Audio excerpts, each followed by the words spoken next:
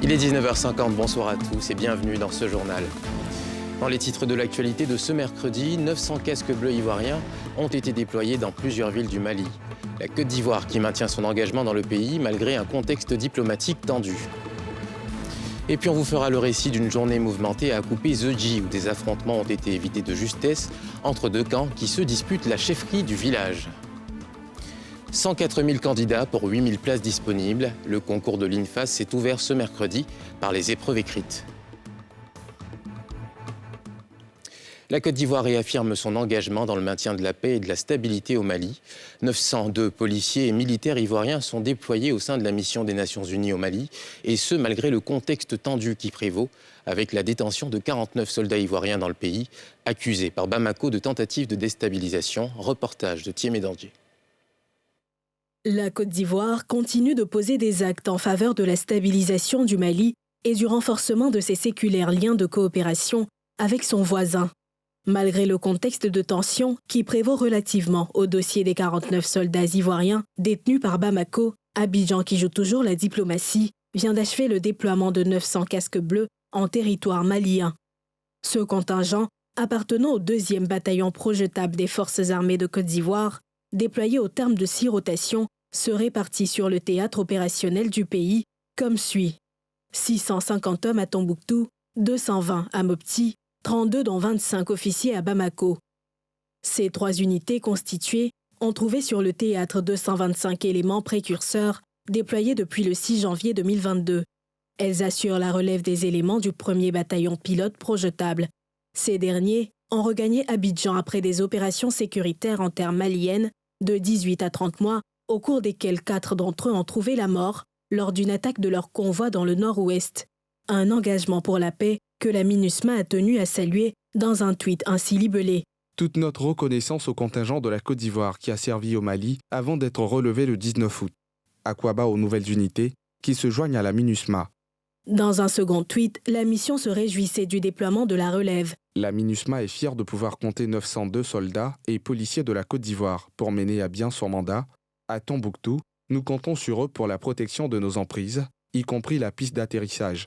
Tous nos remerciements à la Côte d'Ivoire pour cette importante contribution à la construction de la paix et la stabilité au Mali. Votre présence compte beaucoup à nos yeux. Bien avant la relève, le chef d'état-major général des armées, Lassina Doumbia, interpellait ses hommes sur le contexte dans lequel se fait leur déploiement.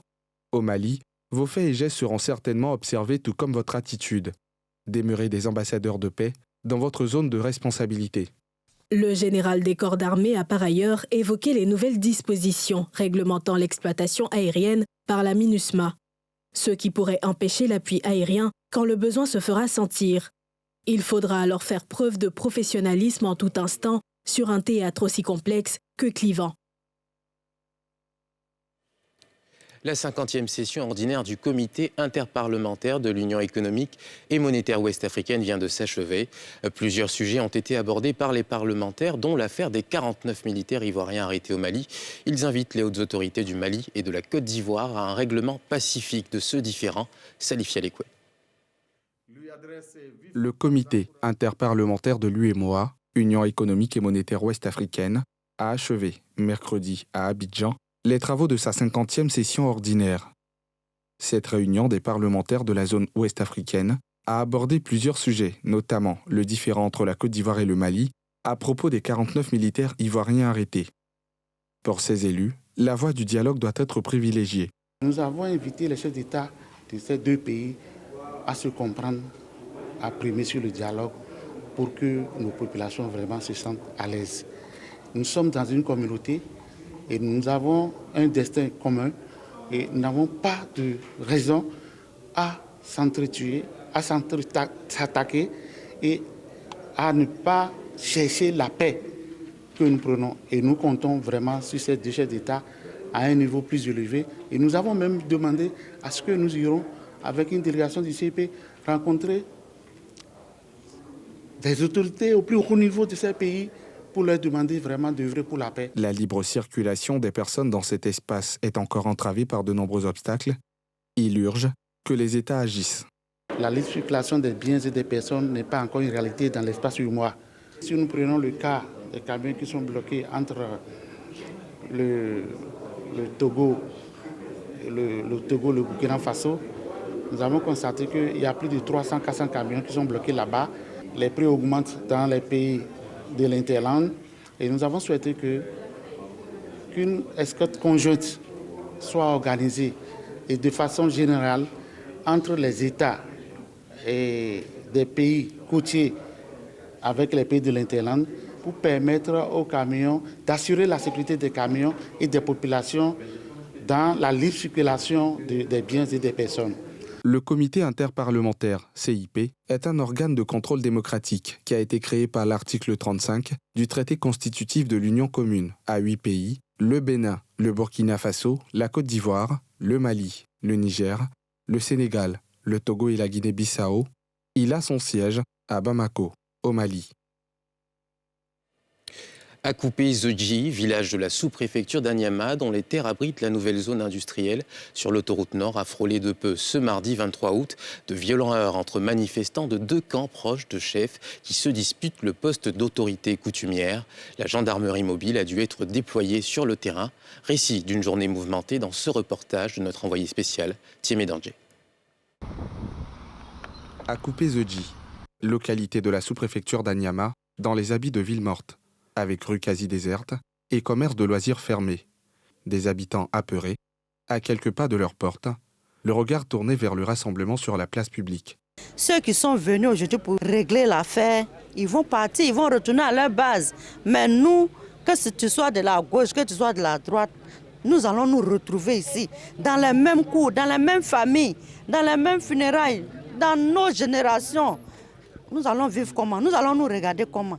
Nous voulons que vraiment l'autorité qui est censée superviser cela, l'autorité qui est censée nommer les chefs de village là, qui s'élèvent, qui prennent les devants et qui disent une bonne fois qui est le chef d'Akupé-Zodji pour que nous soyons en paix. S'y se sont retrouvés les protagonistes de la crise de chefferie qui divise le village. Pour vider le contentieux, en première ligne face aux pyromanes de tous bords, le préfet d'Abidjan. En tant que préfet, nous sommes aussi des hommes de défi. Nous sommes des hommes de défi, nous venons pas pour défier la population, mais pour défier les mauvais augures. Quand les esprits se calment, le gouverneur d'Abidjan lance la consultation populaire. Y prennent part, conformément aux us et coutumes de la localité, les grands électeurs, au nombre de 9, à savoir les 4 chefs de génération du village, le doyen d'âge, la présidente des femmes, le président des jeunes de la mutuelle et des communautés allochtones et allogènes. Chaque parti brandit son électeur, suivi de hurrahs et de huées, quand le votant est présumé rouler pour tel et tel autre chef.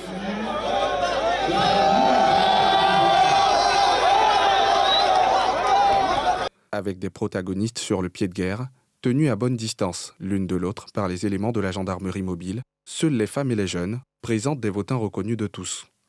Mais pour le choix, les femmes s'abstiennent, plaidant la cause de la réconciliation d'abord.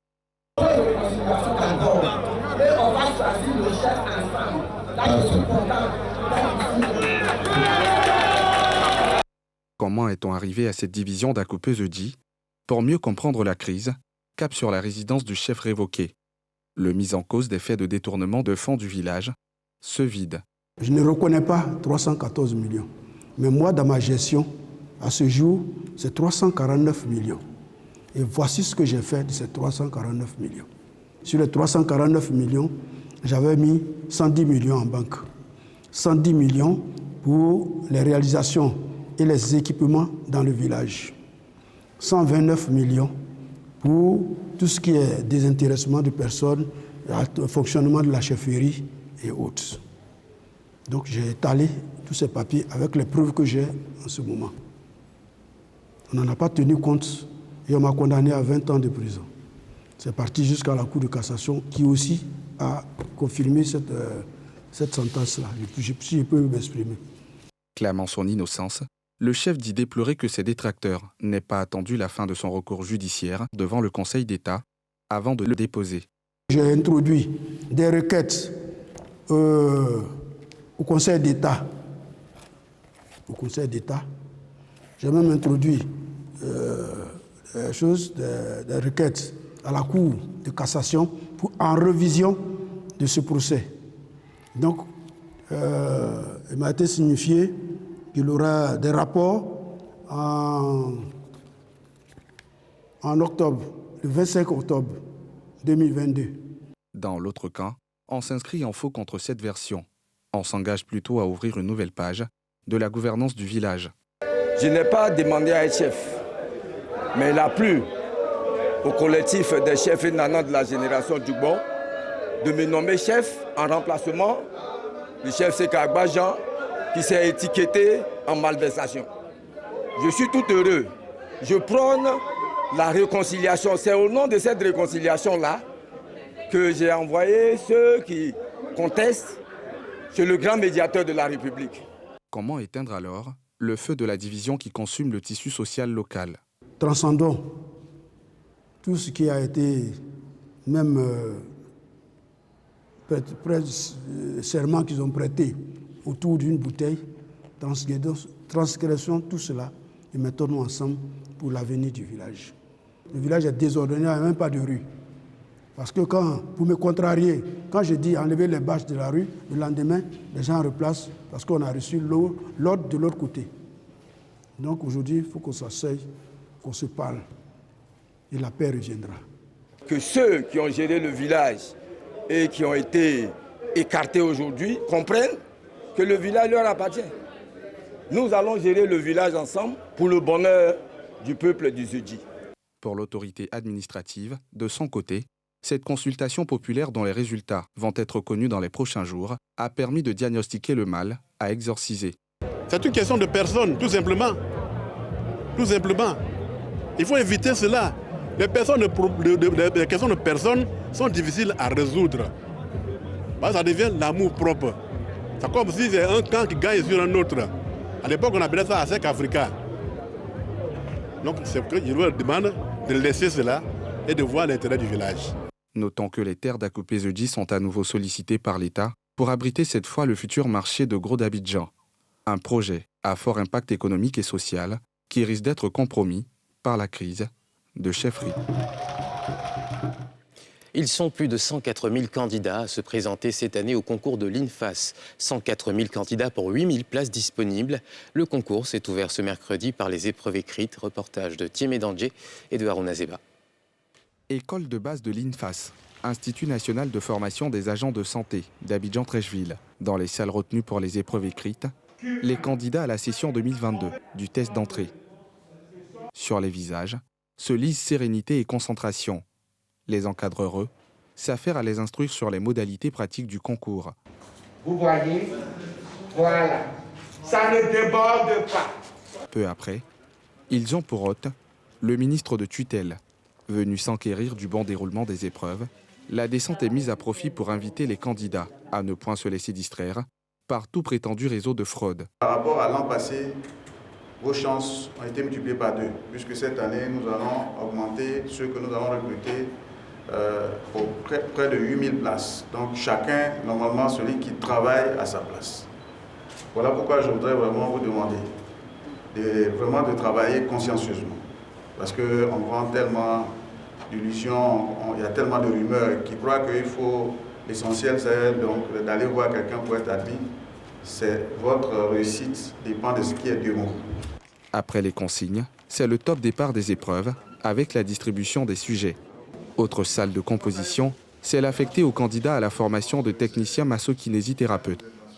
Là encore, les mêmes consignes, à savoir se détourner de la tricherie. Au terme de la visite de composition du premier jour des épreuves, du concours d'entrée qui court sur 2 semaines, le ministre rassure. Le concours de cette année vise à doter donc, dans 2 ans, 3 ans, notre système de plus de 8 000 personnes supplémentaires.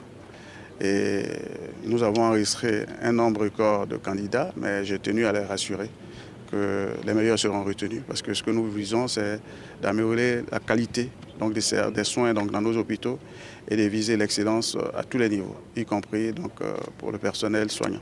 Bien avant, la directrice de l'INFAS déclinait les mesures prises pour éviter toute fraude autour des concours ouverts. Les différentes versions pour la composition, ce qui fait que vous êtes voisins, mais vous avez la même épreuve, mais pas le même ordonnancement donc, de ces épreuves-là. On a réduit d'équipe de rédaction, donc même des sujets. On dit aux candidats que c'est le travail qui paye. Notons que ce sont 104 000 candidats repartis en 16 filières de formation qui frappent aux portes de l'INFAS pour cette année, pour 8 000 places disponibles. Le gros du contingent, à savoir les aspirants à la formation d'infirmiers, diplômés d'État, au nombre de 40 276 candidats pour 4 700 places, et celle de sages-femmes, au nombre de 24 114 candidats pour 2 600 places en jeu, entrent en lice le samedi prochain dans les écoles de base d'Abidjan et de Bouaké. Le classement des performances des établissements supérieurs privés est désormais connu. C'est le ministre de l'Enseignement supérieur et de la Recherche scientifique, Adama Diawara, qui les a rendus publics. Occasion pour lui d'annoncer de nouvelles réformes du BTS, dont la suppression de certaines filières pour adapter les diplômes au marché de l'emploi. Reportage signé Thiemé Dandje. 519 établissements supérieurs privés, dont 115 universités privées et 404 écoles, désormais situées sur leurs performances. Le ministre de tutelle a dévoilé les résultats de cette évaluation après des années de suspension. Saluant les efforts des opérateurs privés dans le sens de la qualité de la formation, professeur Adama Diawara annonce de nouvelles réformes visant à adapter les diplômes aux réalités du marché de l'emploi. Celles-ci concernent les filières et le BTS, brevet de technicien supérieur. Nous sommes en train de voir s'il faut appliquer l'ancienne formule ou s'il faut déjà commencer à appliquer la nouvelle formule, comme je l'ai dit, qui va consister à donner à l'étudiant, au candidat, si vous voulez, 3 notes. Une première note qui est attribuée par son enseignant encadreur dans son établissement d'origine, une seconde note qui est donnée par le maître de stage dans l'entreprise où l'étudiant fait son stage, et une troisième note qui sera donnée à partir du résumé que l'étudiant fera de son mémoire de BTS en ligne. Dans cette même dynamique, le ministre fait savoir que les établissements qui n'auront pas 10 de moyenne au terme de l'évaluation vont être écartés du processus d'affectation des nouveaux bacheliers. Cette autre mesure, clarifie-t-il, vise à imposer un enseignement de qualité dans le supérieur privé où le groupe Loco et l'UCAO occupent le premier rang. Si nous voulons que nous ayons un enseignement supérieur de qualité, il faut absolument que l'enseignement supérieur privé soit également de qualité. Il y a un certain nombre de réformes que nous sommes obligés de faire. Et parmi ces réformes-là, il y a l'évaluation des établissements privés, c'est-à-dire des universités et grandes écoles privées. Et à partir de cette évaluation-là, nous calculons les quotas de bacheliers affectés dans ces établissements. Nous sommes en train de leur expliquer tout le processus d'évaluation et également leur expliquer comment sera calculé le quota de bacheliers affectés dans leur établissement à partir de leur note d'évaluation. Le ministre Diawara a par ailleurs rappelé aux fondateurs que les universités privées ne délivrent que des licences professionnelles et les grandes écoles privées des BTS. Il a alors invité chaque acteur à ne point outrepasser son champ de compétences en attendant la mise en place des écoles doctorales, seules habilitées à délivrer des diplômes de doctorat. C'est une information qui risque de ne pas faire l'unanimité auprès des amateurs de grillades. On le sait, les Ivoiriens sont friands de poulet, de poisson ou encore de viande cuite à la braise. Mais selon plusieurs spécialistes du domaine de la santé, ces aliments cuisinés en contact direct avec le charbon de bois ou les flammes peuvent être à la longue cancérigènes. C'est un reportage de Mithilène Légré. On les retrouve aux abords des voies et des espaces gastronomiques. Le poulet braisé, le poisson ou encore le porc braisé sont beaucoup prisés des Ivoiriens. Viande braisée, poulet braisé, c'est encore facile à manger. Un peu huilé, c'est encore facile à manger, bien digéré, c'est bon pour la santé. J'aime le poulet braisé, ça dépend parce qu'il est facile à manger, bien assaisonné avec les condiments à côté. C'est un truc, si j'ai l'opportunité de manger ça, peut-être 4 à 5 fois, je le fais. Pourtant, selon les spécialistes, la consommation quotidienne de ces aliments peut être nuisible pour la santé en raison du carbone qui s'y pose à la surface.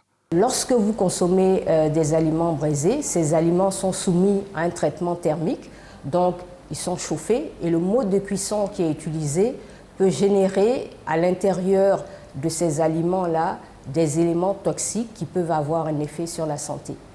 Et ces effets sur la santé peuvent être des effets cancérigènes, donc peuvent aboutir à un cancer, différents cancers, cancer du poumon, cancer de la vessie, des cancers de l'estomac, du tube digestif, et également à des effets non cancérigènes et particulièrement à des effets sur la reproduction.